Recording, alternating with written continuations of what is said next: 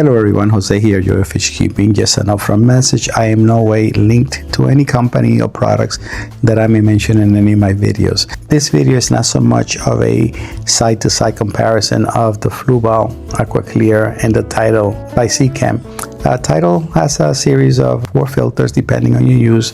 Aquaclear has a similar sizing for all of them. I'm very partial to canister filters. Sponge filters I really don't like, and then the HOB is something that is new to me. As far as filter, what you choose to use is a very individual thing. If it's like using an Android and an iPhone, it's whatever your preference is. They all have their use, and I actually use all of them in different settings. This is my 120-gallon discus tank, way overstocked beyond the limits of what's recommended. According to whatever you find out there, there's probably about 30 discus there, and many other inhabitants in this community tank, including some Turkana cichlids that you see at the bottom center there. I use an FX6 here. I also have a fluval 407 that is running a UV unit. On the upper right, you see the Tidal by Seachem. This is the 110. I love the fluval products. I have FX6 on my 4 display tanks. Sometimes I kid around. I said that if I could put an FX6 on a 10-gallon, I would, but that would be a slight overkill. Also, I own the 07 lines. I have the 407, as I said, already in use, and I have 107, 207, 307, and I just believe that they are amazing canister filter also.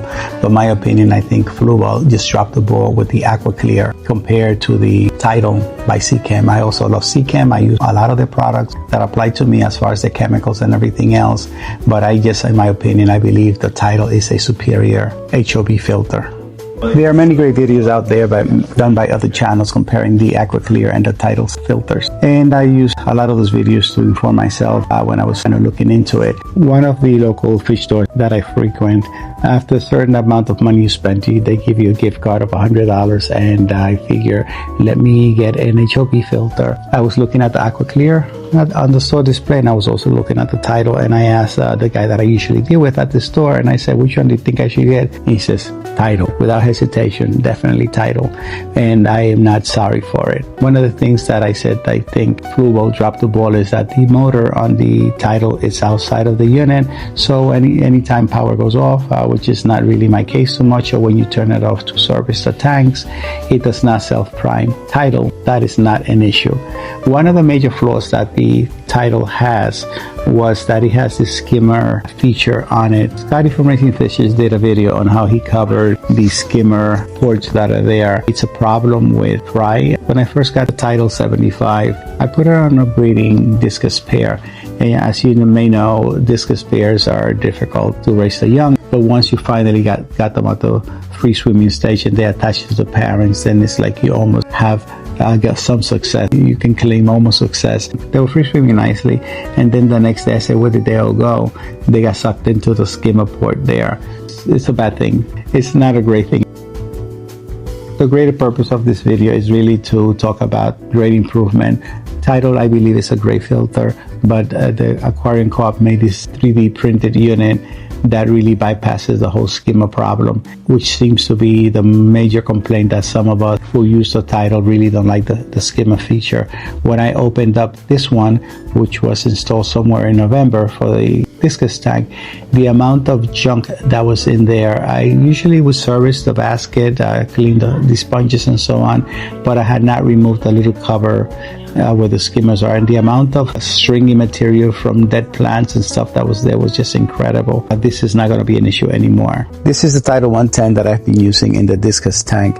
I took the liberty of removing it and cleaning it before I started this video. This is a pretty big unit. I would say not massive, a pretty big unit. The other ones will look a little bit different. This one has this tube here, which is, I use a pre-filter there, and it's recommended that you do.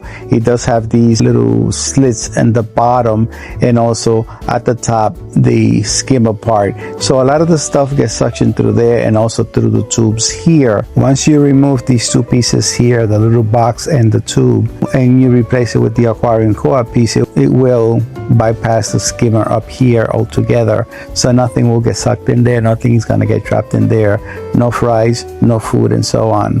So this really this one has made this excellent filter a much better filter now. Among many other things about this filter that I really like, a huge capacity for any media, and it's pretty big. The basket media, you can pull it out and it takes everything out at once. The media can be placed in bags. It has sponges there, so you could customize it to whatever you feel that you need. The amount of media that you can put is just enormous. Yeah, once we remove these two pieces that I pointed out, that little box, it'll be replaced by the Aquarium Co-op 3D printed unit and a sponge filter, which is highly recommended. It will minimize the amount of junk that goes in. Each individual unit, we scan the QR code and it'll give you a step-by-step instruction on how to remove it. This particular unit and the 75, you have to use a cutter to remove a little clip that holds onto the wire, which I'll show you in a minute. I first learned that this item was available from Scotty of Racing Fishes. He did his own video, and also Hawaiian Fish Keeper.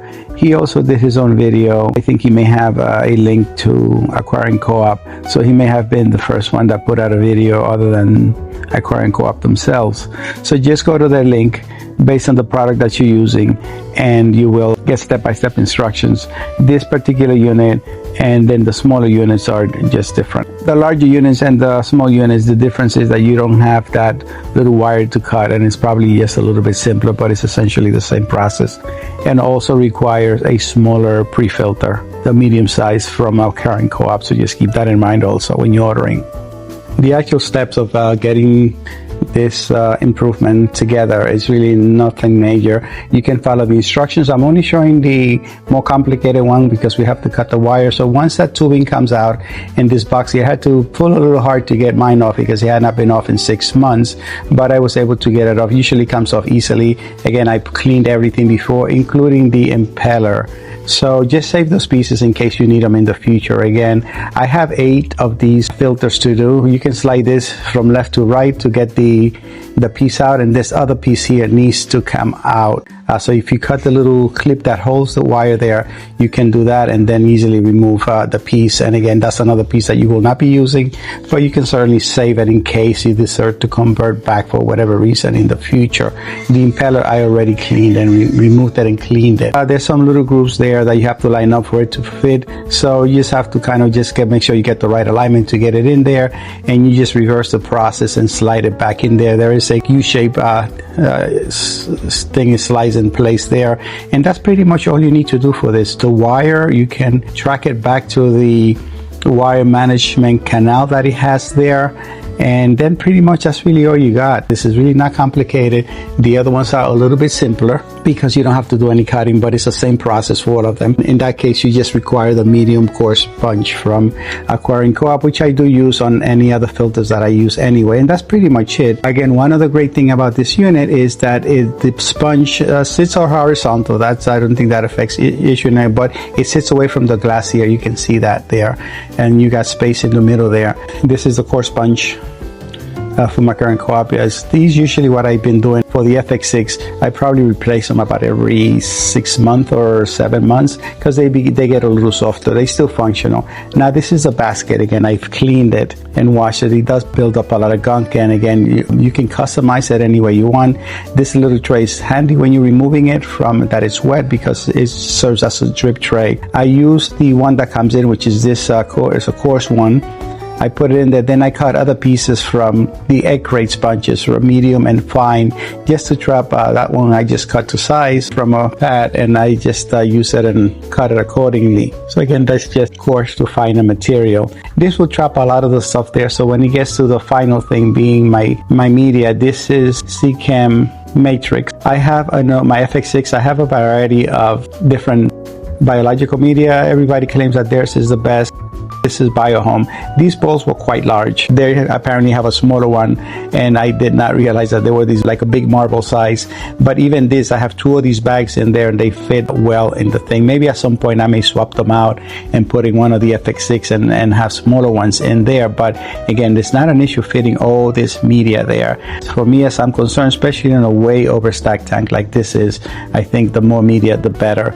Again, I have 30 discus there plus many other fish in there, so I'm way way overstocked. So, and I generally have not had an issue. Of course, not to say that things are perfect, because disease occasionally will happen, and you do the best you can to keep your fish healthy and keep them alive as long as you can. You do the best for your fish. So this one is nice because I can pick up the whole tray, slip it in there, aquaclear. You can pull out the other tray, but it's not a basket in this way, and media can be loose unless you have it in bag. Once I loaded all the media, I can just slip the whole thing in there. I probably not once a week, maybe every 2 weeks, I take the basket out, rinse out the media. Since I have 3 filters there, overkill is fine. I don't mind overkill as far as filtration is concerned. And redundancy has proven to me that it is the best way to do it, because if one thing fails, you have the backup of that one. Because yes, again, a lot of the times in fish keeping, we learn by mistakes. And some mistakes can be costly, as it has been to me in the past with this discus tank. But that's pretty much it. It's all done, and that's all we're doing for this. The other one, again, the other ones are smaller, simpler, but it's the same process, just the size of the unit. The discus tank, I went through a major cleaning today. The plants, the anubias that I keep on rocks and wood, are out of the tank right now, so that's why it looks a little bit almost bare there. But the unit is there, and I'm just showing you here. I'll be quiet for a second.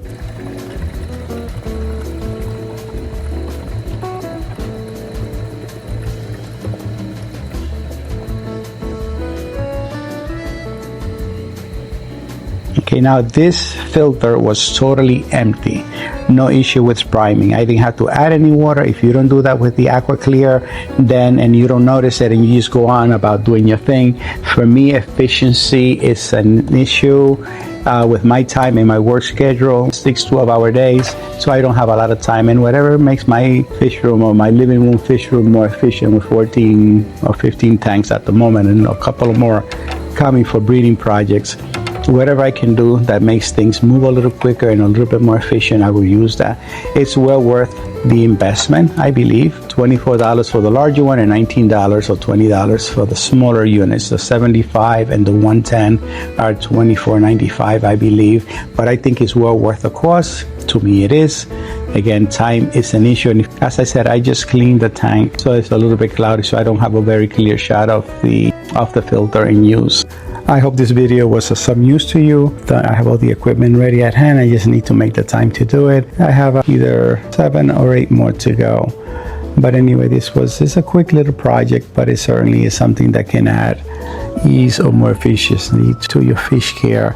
The hobby is expensive, and this will add definitely another expense, but I think it is something worthwhile. Check out some of the other channels that I mentioned. They have nice videos and they great informational channels. So again, thank you so much for stopping by and listening to the video. Thank you.